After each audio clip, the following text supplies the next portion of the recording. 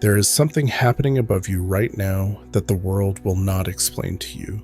Not because the explanation does not exist, but because the explanation requires you to believe something that the loudest voices in our culture have spent centuries trying to make you forget. That the sky is not decoration, that the cosmos is not indifferent, and that certain nights are not like other nights. Tonight is one of those nights.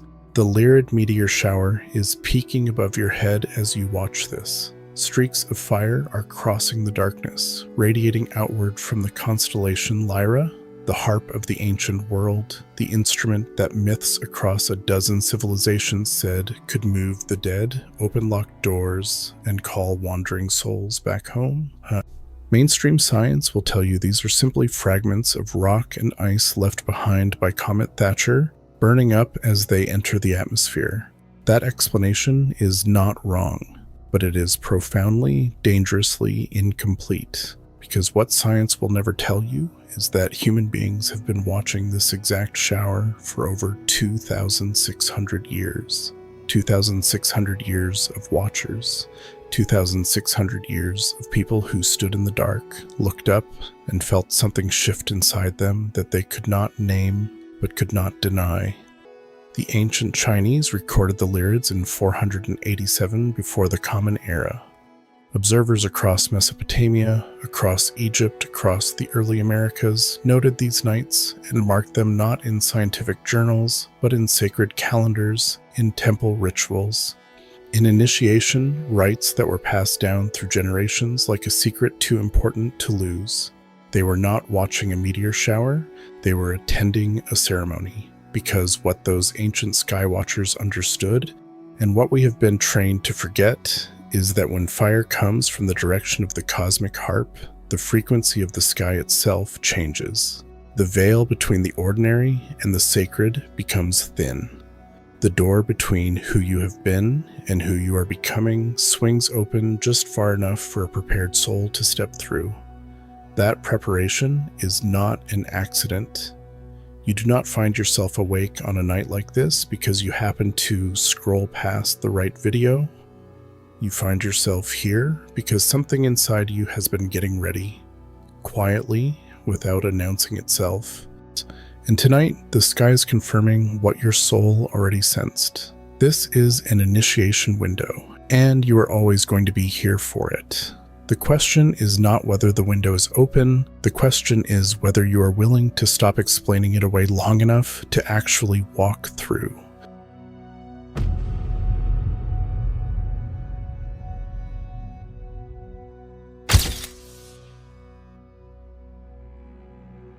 But tonight is not simply another Lyrid peak. If it were, we would not be here together, and you would not feel the particular quality of electricity that has been running through you today.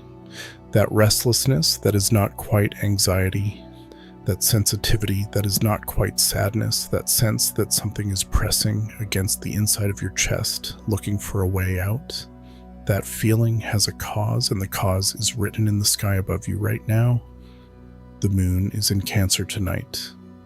Cancer is the sign of deep water, of emotional memory, of the places inside you where you store everything you have ever loved and lost and hoped for and grieved. It is the sign of the inner world, the hidden room, the part of you that nobody at work or at the grocery store ever gets to see. When the moon moves into Cancer, it comes home. Because Cancer is the moon's own sign, the place where it is most fully and powerfully itself. And tonight, that homecoming moon is forming a trine with Neptune. If you are new to the language of astrology, a trine is a harmonic, a perfect angle of flow between two celestial bodies. Not a collision, not a tension, but a wide open channel.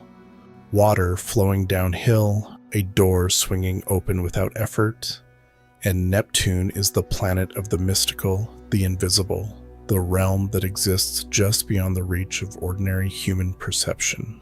Neptune rules dreams, visions, psychic sensitivity, spiritual dissolution, and the sacred art of surrender. When the moon in Cancer opens a channel to Neptune, The effect on a sensitive soul is profound and immediate. Then the boundary between your conscious mind and your deeper self becomes permeable. The wall you have built between what you feel and what you allow yourself to know begins to thin. Dreams become more vivid. Synchronicities become more frequent. The voice of your intuition, the one you have been talking over with worry and noise and the endless business of ordinary life, suddenly speaks at a volume you cannot ignore. And then add Jupiter. Jupiter is sitting close to the moon tonight, in the sky visible to the naked eye, a steady, bright presence beside the crescent. Jupiter expands everything it touches. Every emotion becomes larger. Every insight becomes more luminous. Every opening becomes wider. What this means, in plain language, is this. The Lyrid meteor shower is already cracking the veil. The Cancer moon is already pulling up everything buried in your emotional depths. Neptune is already dissolving the walls between what you know and what you are capable of knowing. And Jupiter is taking all of that and turning up the volume until it is impossible to look away. The boundaries are thinner tonight than they have been all year. This is not a metaphor. This is the sky doing what the sky has always done for those who are awake enough to feel it. You are awake. You felt it before you even understood what you were feeling. And that is exactly why you are here.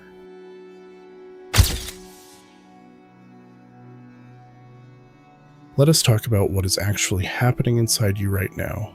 Not symbolically, not poetically, but in the most honest and direct way possible, because you deserve to understand what your body and your energy field are moving through tonight, and why the sensations you may be feeling are not signs of something wrong, but signs of something finally, after a very long time, going profoundly right. The Lyrid meteors radiating from Lyra carry a frequency. Every celestial body, every constellation, every stream of cosmic debris moving through space carries a vibrational signature the way a tuning fork carries a tone. You cannot see the tone, but when the tuning fork is struck close enough to another object that shares its frequency, that object begins to vibrate too. This is not mysticism. This is physics. And tonight, the tuning fork of the ancient harp constellation is being struck directly above your head, at full force, at peak intensity. If you have been feeling unusually emotional today, that is not weakness. That is resonance. If you have been feeling a strange mixture of exhaustion and aliveness, as though something old in you is very tired and something new in you is straining toward the light, that is not confusion. That is the threshold feeling. That is what it feels like to stand at the edge of an initiation and feel both what you are leaving behind and what you are moving toward pulling on you simultaneously. The Cancer moon trine Neptune is doing something very specific to your emotional body tonight. It is surfacing what has been submerged. Think of the ocean floor. For most of the year, what lies at the bottom stays at the bottom. The sediment of old pain, old beliefs, old versions of yourself that you outgrew but never fully released. Old grief you told yourself you were done with, but that has simply been sitting quietly in the deep, waiting. Tonight, Neptune is sending a current down to the ocean floor of your psyche, and that current is stirring everything up and bringing it toward the surface. This is why some of you watching this feel an unexpected wave of emotion right now. This is why some of you have been thinking today about people and places and chapters of your life that you thought you had closed.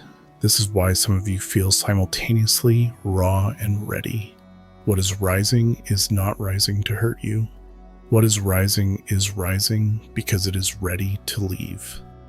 The body does not release what it is not yet strong enough to live without, and the fact that these things are surfacing tonight under this sky in this window means that you have finally arrived at the strength required to let them go. The Lyrid fire above you is not decorative. Fire has always been the element of purification, of transformation, of the alchemical process that takes one thing and makes it into something entirely different without destroying its essential nature. What the fire in the sky is doing to you tonight is burning at the edges of whatever has kept you contained, whatever has kept you smaller than you are, whatever story about yourself you inherited rather than chose. You did not write that story, you were handed it. And tonight, the sky is offering you a fire bright enough to finally let it burn.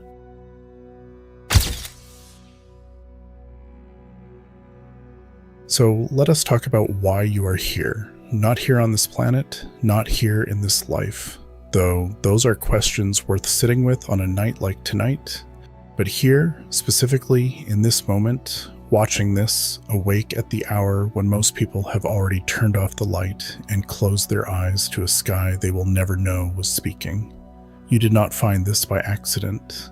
That is not a comfortable thing to say in a world that has trained us to dismiss the language of guidance, to call everything coincidence, to shrink every meaningful moment down to the size of something explainable and therefore safe. But comfort is not what tonight is offering you. Tonight is offering you something far more valuable than comfort. Tonight is offering you truth, and the truth is this. There is a part of you that has known for a long time that you are not simply moving through life the way a leaf moves through a river, passively, directionlessly, carried by whatever current happens to be strongest that day. There is a part of you that has always sensed, even when the sensing made you feel strange or isolated or different from the people around you, that you are here with a purpose that goes beyond the ordinary categories your life has been sorted into, beyond your job title, beyond your family role, beyond the version of yourself that shows up every day and does what is expected and says what is safe and quietly carries a weight that nobody else around you seems to be carrying. That weight has a name. It is the weight of a soul that knows it is meant for a threshold and has not yet crossed it. The ancient traditions that treated nights like this as initiation windows did not treat initiation as a reward for the already perfect. Initiation was never for the ones who had everything figured out. Initiation was for the ones who were ready to stop pretending they did. It was for the ones who had carried the question long enough, who had walked to the edge of their known world enough times to recognize the edge when they saw it, who were tired, genuinely, deeply tired, of living inside a version of themselves that was built for survival rather than for meaning. If that description lands somewhere in your chest right now, that landing is not an accident either. Tonight, the Cancer moon is pulling up everything you have been carrying in the deep. Neptune is dissolving the stories that have kept those things in place. Jupiter is expanding your capacity to hold what is emerging without collapsing under its weight. And the fire of the Lyrids is illuminating the door. But here is what the ancient initiates understood that we have forgotten. You cannot cross a threshold carrying everything you brought to it. The door is real. The opening is real. But it is precisely the width of what you are willing to release. And what the universe is asking you to lay down tonight at the edge of this threshold is not small. It is asking for the grief you have been calling strength. It is asking for the armor you have been calling identity. It is asking for the version of your story in which you are the one things happen to rather than the one who chooses with full awareness what happens next. That release is not a loss. It is the price of the crossing, and you have already been paying it slowly without knowing every time you felt the pull towards something more and chose not to look away. Tonight, you do not look away. Tonight, you stand at the door.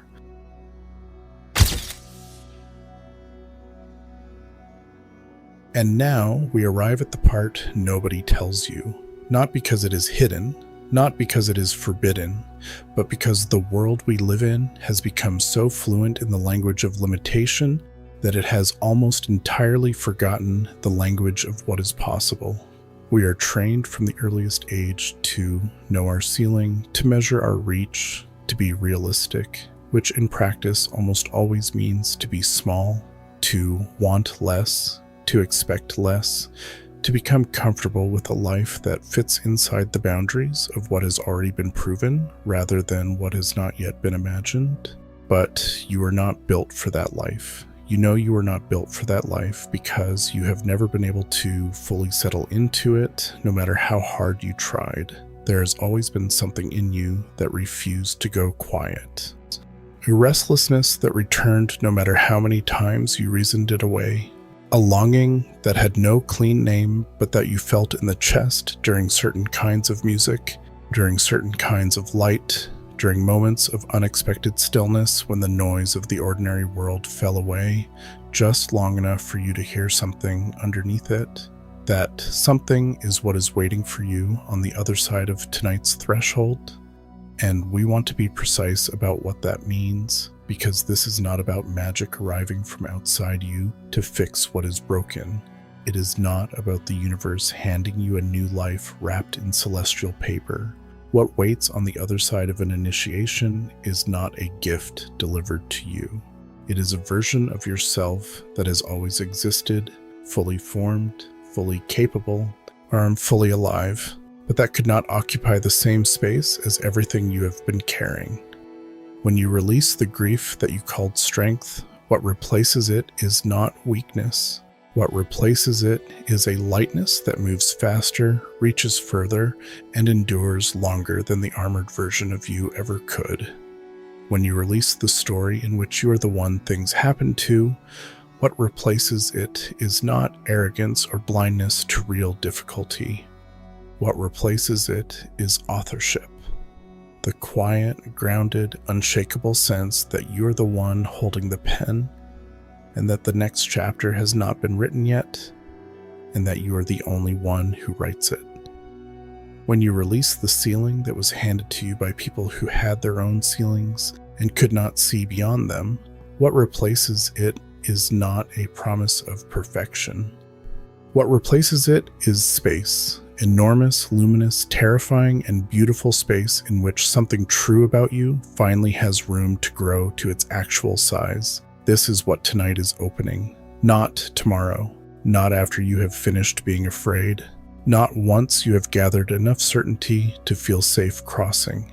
Tonight, right now, under the Lyrid fire and the Cancer moon and the wide open channel of Neptune and the expansive light of Jupiter sitting close enough to touch. The threshold is not ahead of you. You are already standing on it. And we want you to feel for just a moment what it would mean to stop looking back at the shore you came from and turn your face fully toward what is ahead. Not with forced positivity, not with performance, but with the quiet, ancient, and bone-deep recognition of a soul that has been walking toward this door for longer than one lifetime and has finally, on a night when the sky opened, the harp constellation above and streaked fire across the dark and thinned the veil to almost nothing, arrived. You are guided here. You are always going to be guided here. The only thing left to decide is whether tonight is the night you stop waiting for permission to cross. The fire is above you, the door is open, and you, exactly as you are, carrying everything you have carried, having survived everything you have survived, are more than ready. Walk through.